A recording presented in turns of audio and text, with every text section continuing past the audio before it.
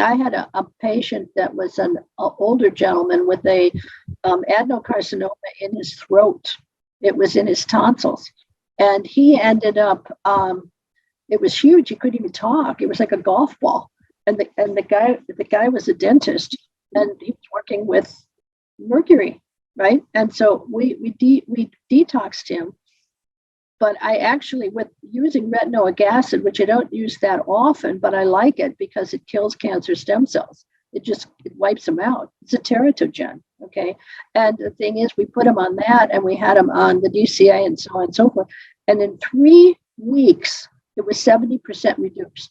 All they had to do was radiation therapy, local radiation therapy. He is now 83 years of age. He is still working. He has no more cancer. And he said all of these other people are cut up, they're mutilated, or they're dead. And he said, I was the only one that, just went through a local radiation therapy, didn't have all the rest, didn't need the surgery, didn't need any of this stuff. And this is what I think is a disgrace in the medical society. And the disgrace in the medical society is they don't look under every rock and every stone and every leaf to see if there's something else that might be able to help these patients. Instead, they say, well, this is our protocol, and this is what we give, and we're only allowed to give this. It's a legal reason, et cetera, and we have to follow our protocol. And I'm like, no, we need to find inhibitors. We need to stop the tumors, raise the immune system, reverse the whole situation, and make sure that the patients are exercising, make sure that they are working on their emotions and traumas and anger and all that stuff, which I used to think, that's a bunch of BS. I thought, shoot, we'll just give it to the tumor, right? Okay. So I did major in psychology and did do 2 years of psychiatry, but I still didn't take it seriously as far as, you can have an emotional problem where you're being burdened and burdened and burdened. And I've had 2 patients that didn't want to live. They literally did not want to live. And the thing is, I said, oh God, we've got to send them to someone that can help them with emotional therapy, because that's not my area. My area is more the chemistry, biochemistry, toxicology, and all the rest.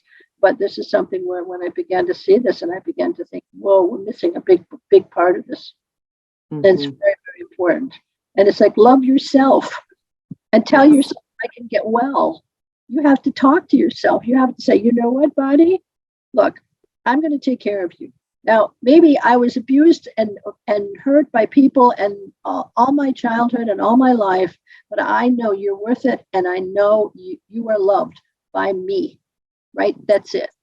And this is where they then learn to tell their tumors, they can go away now. You're not needed anymore. But thank you for reminding me of whatever I had for a problem or whatever the heck it is, and I'm going to let it go, and it's going out the window, and that's it. And this is something. Right.